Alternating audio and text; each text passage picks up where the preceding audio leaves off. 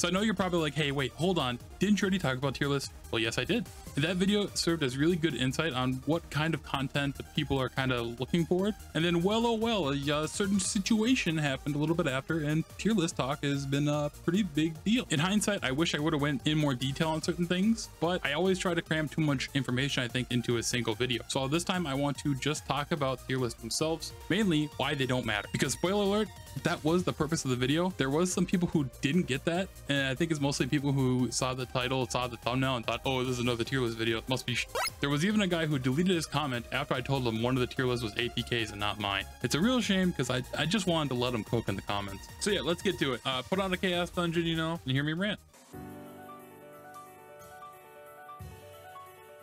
The first major point is going to be equality. So just like last time when I talked about rock, paper, scissors, I'm going to go into another genre just to kind of compare it. So let's say you go to Evo and you go play some Tekken. Now we have access to the same characters down to a T. So if I pick Paul and he picks Paul, we're playing with the exact same Paul. There is no difference on the character. And that's really it when it comes to the character itself. The only other factor in a fighting game is you yourself. How well can you play? But we take it to Lost Ark or even MMOs in general, there's so many other factors. Lost Ark just happens to have a ton other than most of the MMOs that I play or have played. Because we have your honing, we have your quality and you got the quality and accessories, you got gems, you got your bracelet rolls, you got engravings, you got cards, you got tripods, you got runes, skill points. I'm sure I'm missing other things too, and then there are other smaller things I didn't mention, just like set bonus level and stuff like that. These are just all the different things that's going to make, you know, Summoner A different from Summoner B. And the chances are that you're not going to be playing with people who are, you know, in the exact same gear level on every aspect as you are. In preparation for Brel Hard, you know, my group, my static, we've gone in different directions on how we hone. Mainly it's just the even honers, and then we do have some people who did plus 20 weapons and then just fill the gaps with armors. So those plus 20 juicers have a huge damage ceiling over the other people who do not. All these different factors, all these different ways of power, they will be more important than what class or engraving you play. Now, an obvious point is that yes, we all intend to get to that point, except Esther weapons. Only about 100 of KR's 11 million characters use an Esther 6+ weapon. 1+8 Esther is going to cost you more than the entire rest of your roster. I use Tekken as an example in fighting games in general, but when it comes to tier list being a little bit more accurate because I have less variables because it's just a character. But in that genre, it's not too uncommon for a low tier character to just come up and just make it upset in a tournament because it won. It works out well for them because they're playing a character that other people aren't prepared to fight. Now in Lost Ark, since we're not a player versus player game for the most part, it can be a bit harder for these upsets to happen. But looking at the community as a whole, I think it's pretty obvious that we do look at tier lists and we also do look at guides. So the majority of player base follows these templates, and because less people play the class, there's not going to be as many specialists for it and people who are going to figure out these kind of builds. I've only recently started to hear about this Force Bender War Dancer build and how good it is. Now it could be older and we're just catching on to it in the mainstream, but when I quickly look through Reddit, I don't see too much talk about Force Bender ESO until recently. And this is something that's came up then without a patch, without there being a balance patch. This is just something people explored and finally figured out. So I think it's safe to say that there are potential classes and builds that are better than what we think, but we just haven't figured it out. Super Smash Bros. Melee is a good example of a game that has not gone through patches ever, but yet the tier list tends to shake up quite a bit. This is because there are specialists in the character who believed in its potential, and well, some showed it off and others probably failed along the way. This is a game that came out in 2001, and it wasn't until 2010 that a character like Jigglypuff made it to S tier, and now it's become a mainstay and a staple of the game.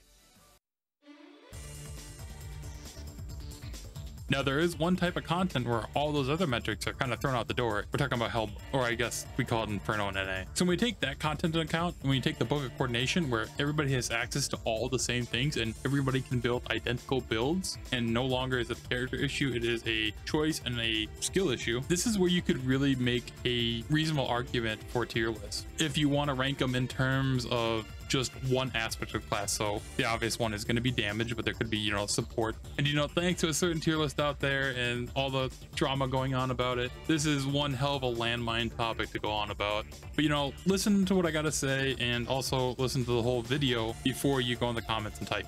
And, you know, just as a quick reminder, I am a Scouter main. So this is coming from the guy who plays a class that constantly gets on for being a low damage class. But the truth is, when you take everything at the same level, so if you take every class of their Book of Coordination and you gear it up to the max potential it can go, no variables, no nothing like that, there is a definite damage ceiling on every class, every spec. And I am talking about completely removing every other element to it. So, you know, a skill issue is not a thing when thinking about tier lists. This is what the class can do. But we're not machines and we can't always perform the best, and we cannot always get to that point. So that is where, even though we know the potential, it still falls off, because the unspoken part of the tier list is us, the player. Playing your character with intention is one thing, but with mastery is a completely another level, and something that is going to take a lot of time and dedication. If you looked at any tier list, you know that Scouter is placed very low, but regardless of its placement, it was part of the first clear in Hell Bro. This is a great testament that any class can do the content. Now I know there's going to people who say, you know, the Arcana carry the damage, or they got lucky on patterns, but I mean, whose first clear isn't lucky on patterns? It was a saying I first heard when playing World of Warcraft, and it's one I really wish they would stick to, but they haven't been too faithful on it. But it's bring the player and not the class, and that's exactly what that group did. That Scouter was able to squeeze in as much damage as he could in any damage window he could. Now obviously, if you were to take somebody on that level of mastery with their class and that uptime, that ability to keep tacking and also not die, a high tier class, yes, their damage is going to be higher, but it's not that easy to just pick up a character and just perform at that level. So when it comes to Hell mode, I do not deny that tier lists are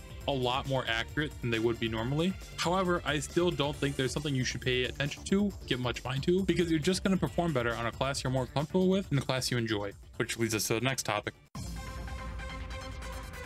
If you're not playing a class you absolutely enjoy playing and you're just trying to push for MVP, chances are you're gonna burn out, you're gonna get frustrated, and you're just gonna have a lot of problems because you're just not having fun on the way. Now, when you're playing something you really enjoy, yes, you're gonna still try to push the limits, but you're gonna have more fun with it because you're doing it because you have a passion for the class and you really want to test it, you want to push its limits, you want to be the best you can be with it, instead of trying to live up to some sort of standard that it has to it that feels more like pressure, which is just a constant thing with people who really focus on damage and tier lists and stuff like that. Because not only are they feel like they should be performing at wherever they're placed at the tier list, which probably is top tier or SSS or whatever you want to call it, but you're also going to get really demoralized when somebody that is a quote-unquote lower tier and all that outperforms them, because again, you're not thinking about all these other factors that go into it, and part of it is just your proficiency and joy with class. Your characters, your roster, they are a long investment. It's going to take a long time to get to that point where people are talking about how where they don't matter, because everybody is going to be top tiered.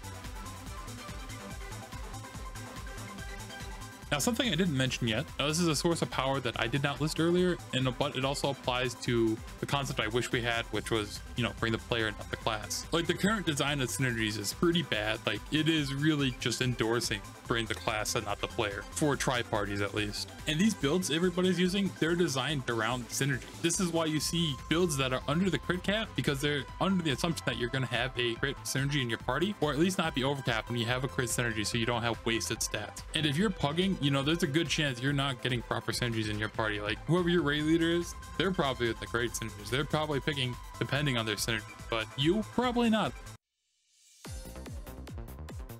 And another big fact is we have to take tier lists at a face value. You know, the source is basically trust me, bro. Even if we talk about the people who go against TOS and use meters, that is still just a small sample. Hell mode performance, yes, everything is equalized so you can kind of get a decent understanding. But the other two ways that we get information, this kind of data, is unnatural gameplay. This being Trixion and simulated tier lists. They remove the gearing element by giving them all peak gear, but then we have 100% back attack uptime and doomsdays that don't miss. And then the last metric is the MVP system. And in normal content, it means nothing. If you see a paladin get cool fight art, not everybody's gonna be deleting their character, making a paladin right away and power passing that. Probably a big difference between gear and or skill between that and the other players at that rate. But I do think the MVP system is pretty nice in the sense of playing with a static, you can kind of see everybody's gains and improvements over time. But as far as tier list and character potential, they mean nothing in normal content. It's just for ego.